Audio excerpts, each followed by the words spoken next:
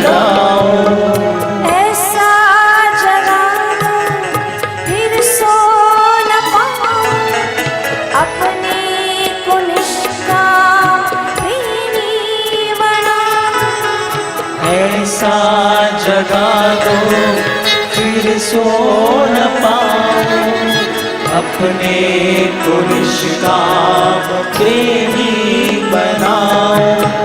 जीवन बन जाए सबका मधुबन, जीवन बन जाए सबका मधुबन, कण कण में हो तेरे दर्शन, कण कण में हो तेरे दर्शन।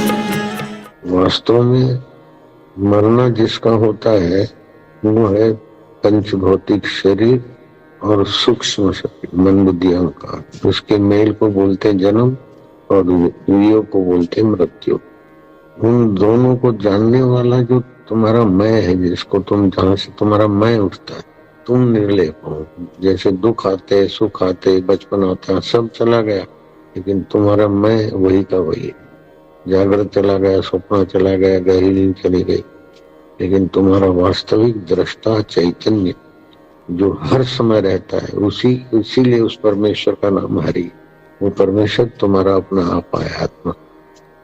नित्य प्रलय, नैमित्तिक प्रलय, अत्यंतिक प्रलय, महाप्रलय, ब्रह्मलोक, विष्णुलोक, शिवलोक, सब स्वाहा उनके साकार कोई गिर, फिर भी जो रहता है वही चैतन्य अभी भी है।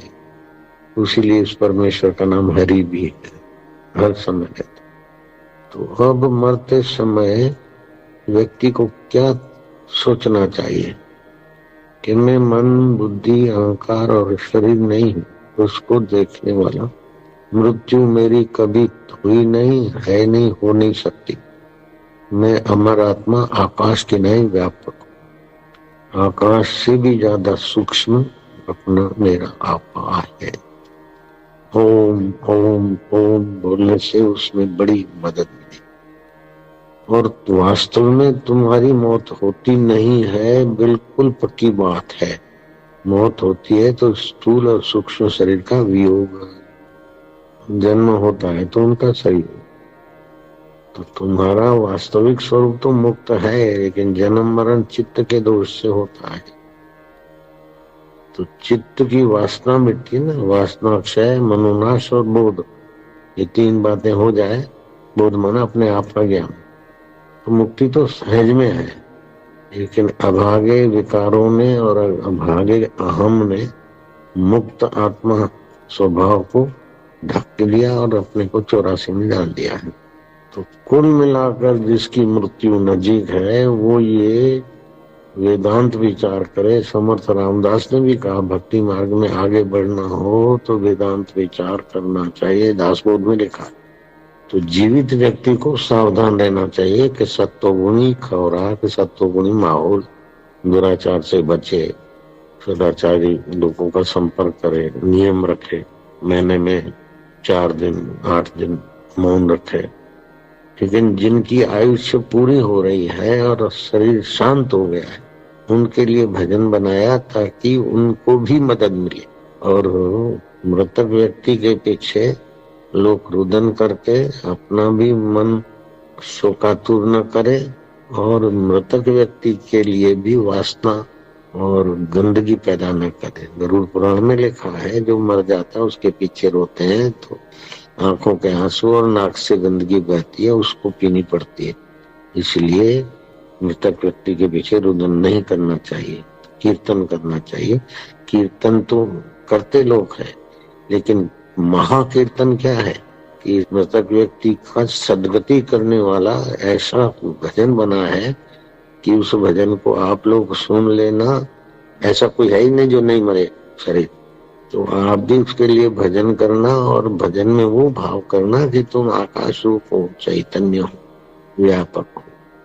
भगवान अपनी शरण में रखो तो भगवान अपने धाम में रखेंगे, और भगवान अपने शरीर में ही ले लेंगे। चलो, शिशुपाल भगवान के शरीर में समा गया, फलाना समा गया, ठीक मान लिया।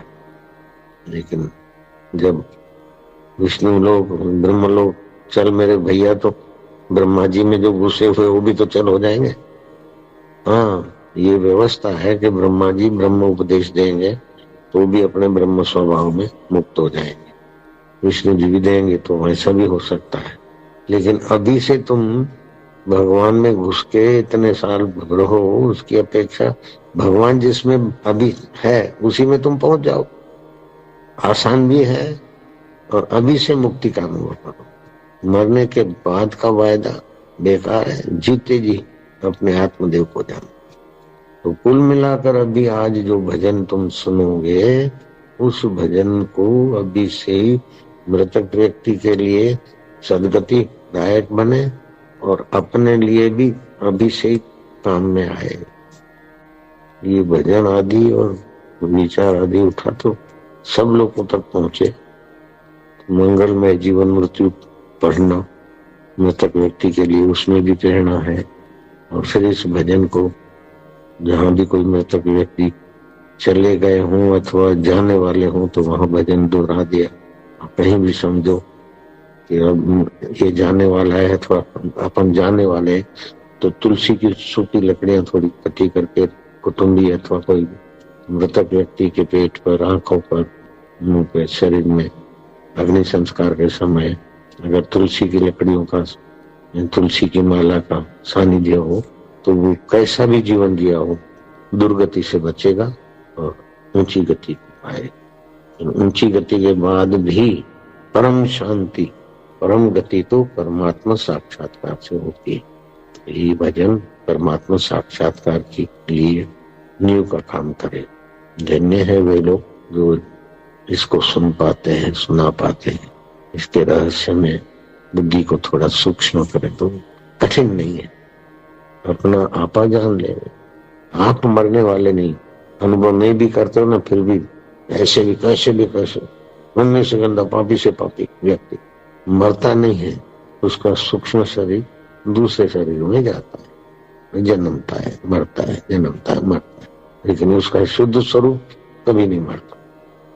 अभी तुम जो मरने की तैयारी में, उसको भी स्वभाव के तुम चैतन्य हो, आत्मा हो, दुख को जानते हो, सुख को भी जानते हो और मृत्यु को भी जानते हो।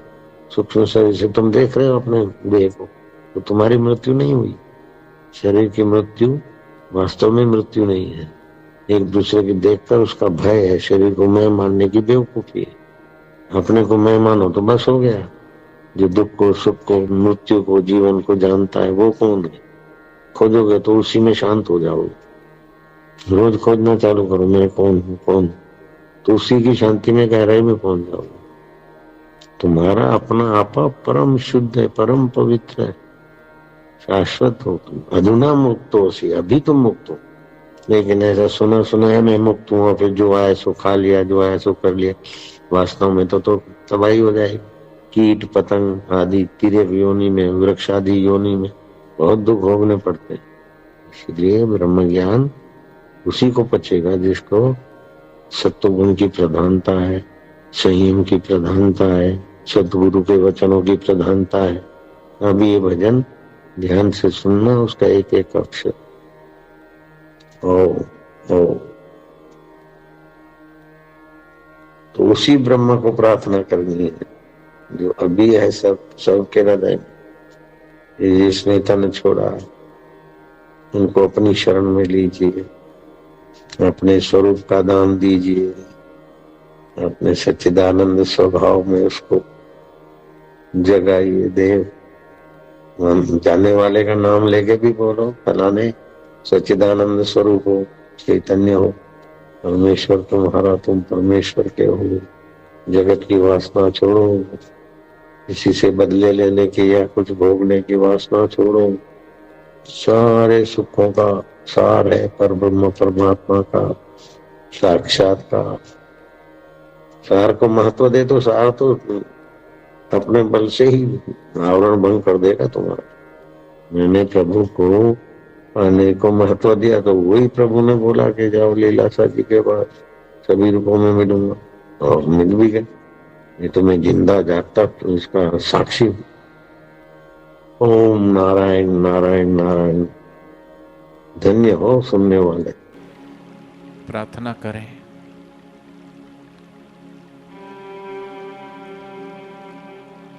कि उन्होंने जो भी जीवन जिया इस 49 वर्ष में, उन्होंने गुरु के हृदय को जीता, गुरु के हृदय में अपना स्थान बनाया, गुरु की प्रसन्नता पाई। भगवान शिव जी कहते हैं गुरु संतोष मात्रता, जिसने गुरु को संतोष कर लिया वो तो मुक्त हो गया।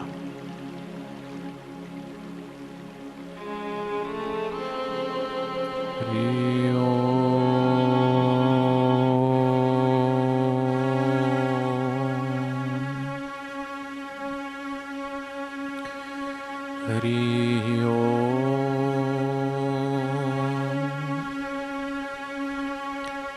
असतो मा सद्गमयः तमसोर्मा ज्योतिर्गमयः मृत्युर्माम् अमृतं गमयः। ओम शांति ओम शांति ओम शांति शांति ओम। भगवान गुरुदेव अपने चरणों में श्री दीदी को, पूज्य दीदी को सदैव सदैव के लिए अपने चरणों में स्थान दे। इन्हीं भावों के साथ हम सबकी श्रद्धापूर्ण, अश्रुपूर्ण हृदयांजलि, प्रेमांजलि ऐसी दीदी को सत सत नमन, सत सत प्रणाम। आज गुरुवार के पावन दिन गुरुद्वार पर गुरु चरणों में यही प्रार्थना करना।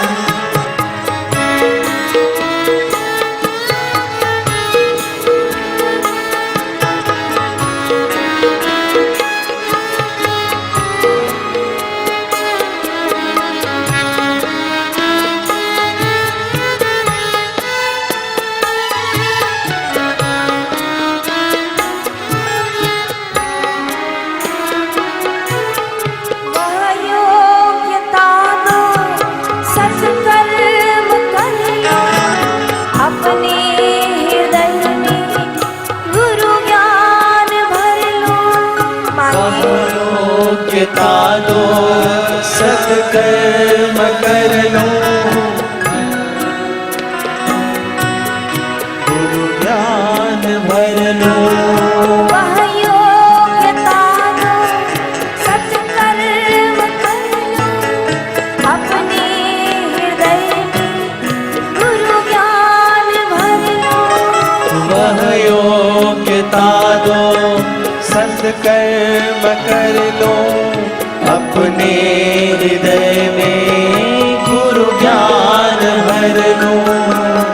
तन तन है साधन छूटे न जाए, तन है साधन छूटे न जाए, नर तन है साधन छूटे न जाए, नर तन है साधन छूट न जाए। अनमोल अवसर आए